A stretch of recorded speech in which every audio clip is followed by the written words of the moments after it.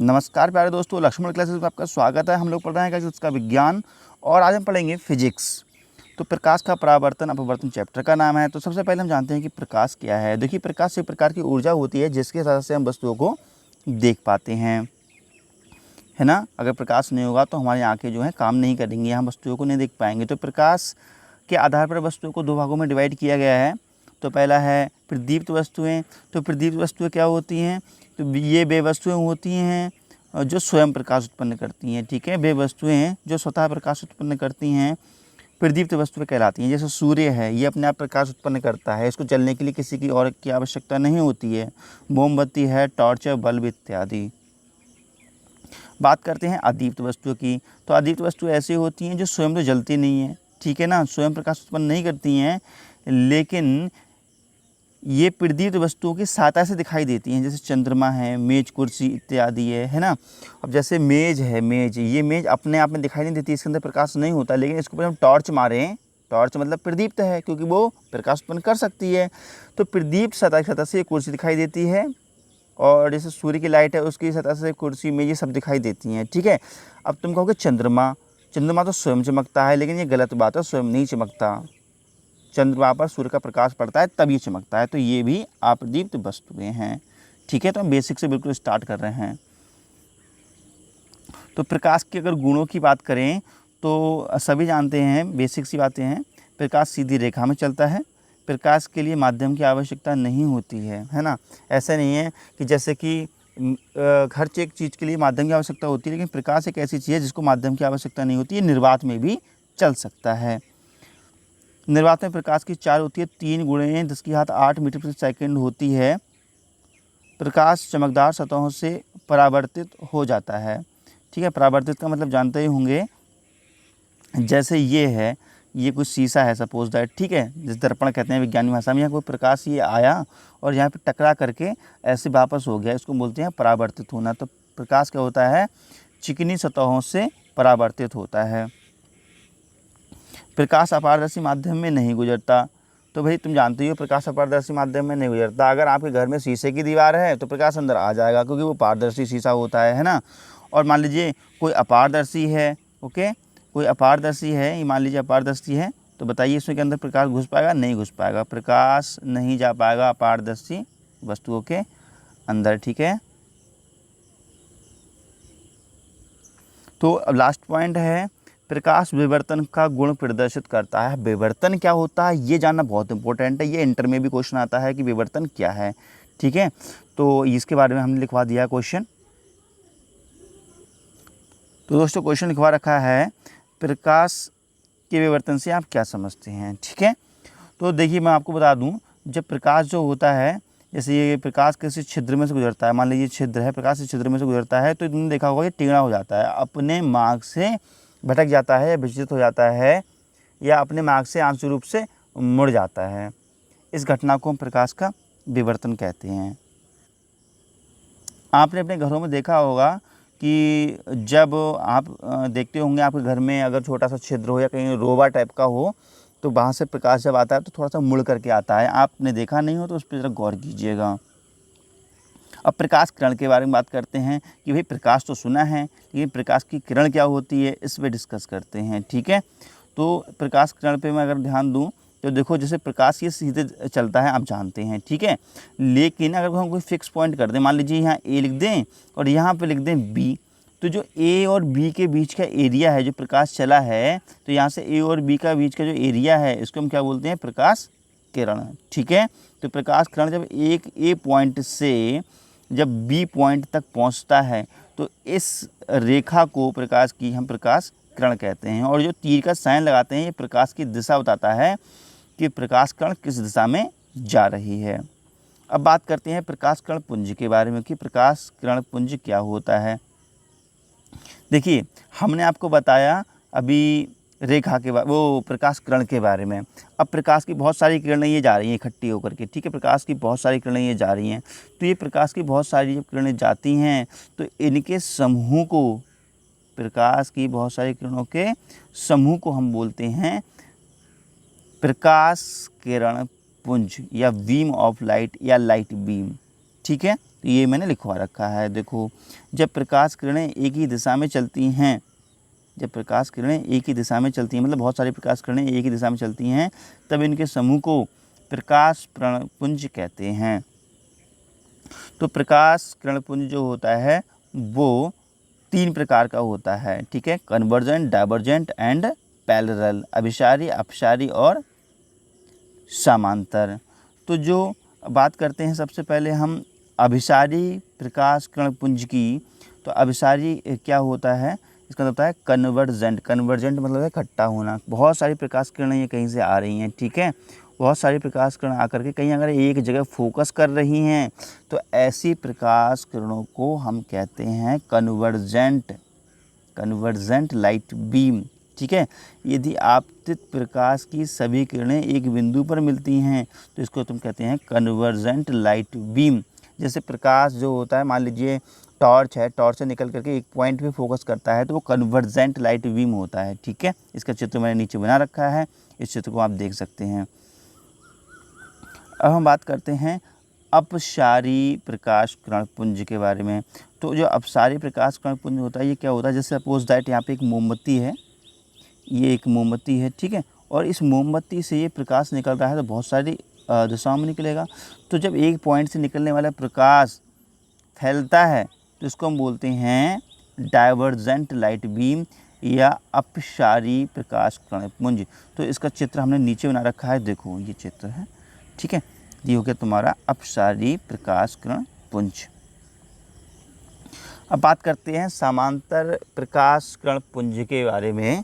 तो जब प्रकाश की किरणें बिल्कुल सीधी चलती हैं, देखो समांतर चलती हैं, बिल्कुल एक ही दिशा में चलती हैं और एक बराबर दूरी पर चलती हैं, तो ऐसे लाइट के किरणों के समूह को हम बोलते हैं पैरेलल लाइट बीम या समांतर प्रकाश किरण पुंज के बारे में। अब आखिर जो चैप्टर का नाम है प्रकाश का परावर्तन, तो प्रकाश का परावर्तन किसे कहते हैं, इसको समझते हैं, ठीक है। तो जब प्रकाश की जो किरण है वो, ठीक है, जब प्रकाश की किरण किसी चिकने या पॉलीदार सतह से टकराता है, तो उसी माध्यम में वापस लौट जाता है जिस माध्यम से वह आया था। इस घटना को प्रकाश का परावर्तन कहते हैं। इसको यहाँ से समझिएगा, इस चित्र से, ठीक है। देखो, जैसे कि कोई भी देखो, ये कोई भी चिकना तल है, ठीक है, ये देखो एक लाइन खींची मैंने और नीचे इसमें ऐसे हम कर देंगे, इसको बोलते हैं पॉलिश करना। मतलब एक हमने क्या करा, ये कांच का प्लेट था, ये कांच की समतल प्लेट थी, हमने नीचे पॉलिश कर दी, तब ये क्या बन गया, एक दर्पण बन गया। दर्पण, दर्पण मतलब शीशा जो घर में देखते हैं, है ना, जो दर्पण बन गया। तो दर्पण के जो ऊपर वाला भाग होता है, ये चिकना वाला भाग चमकीला चमकीला, तो जहाँ से हम चेहरा देखते हैं उसको बोलते हैं परावर्तक पृष्ठ।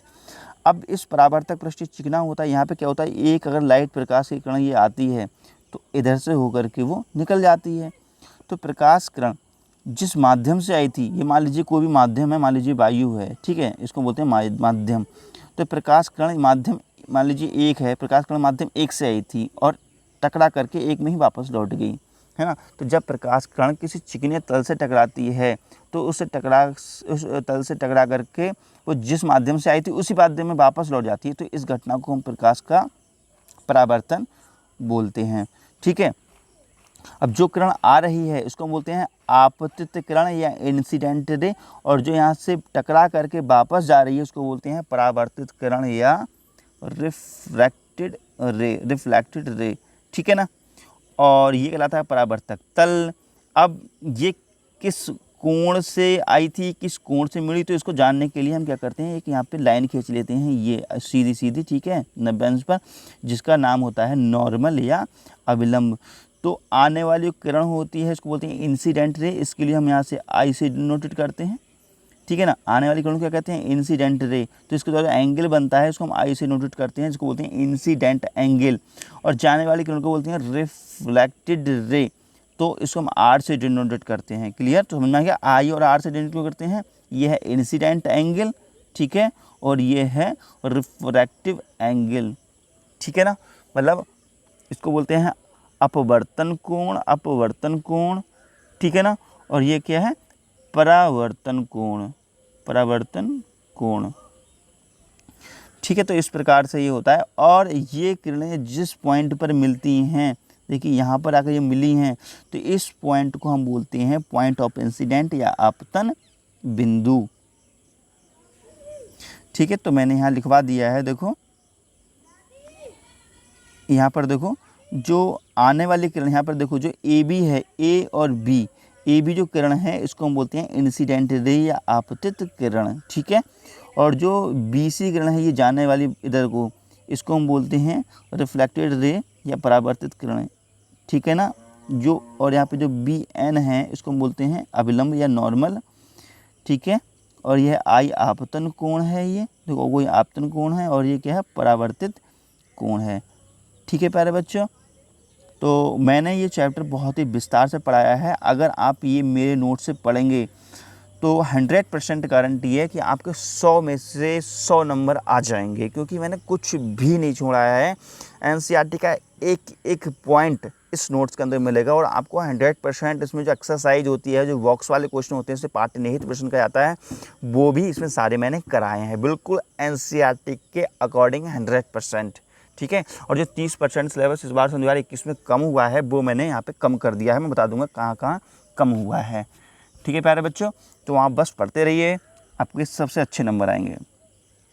जैसा पढ़ाऊंगा वैसा पढ़िएगा आप। ठीक है, तो हम बात करते हैं प्रकाश के परावर्तन के नियम के बारे में। तो भाई इस पे इम्पोर्टेंट लगा लेना। ठीक है, इस पे क्या करना है आपको, इम्पोर्टेंट लगा लेना। पेपर में ये जरूर पूछा जाता है।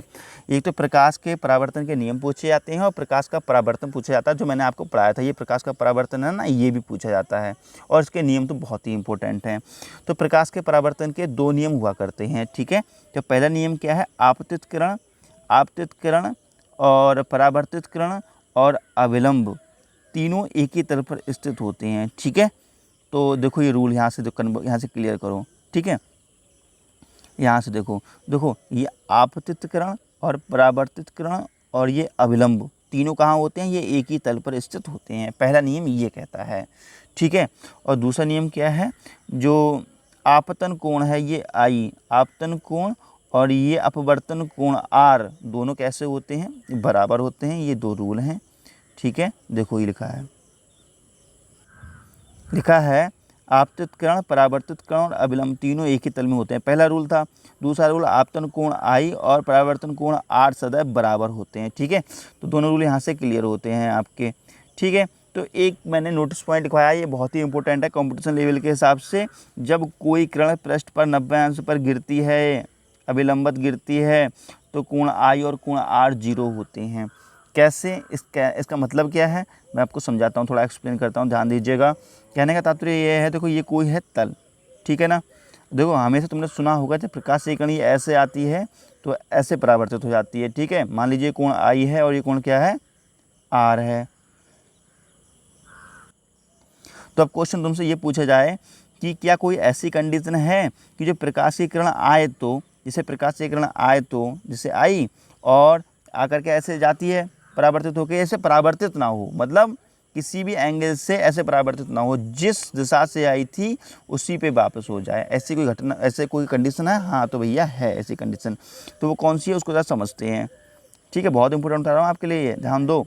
देखो ये रहा कोई भी चिकना तल रहा, मान ली दर्पण है, और इस पर हमने एक नॉर्मल ड्रॉ कर लिया एन।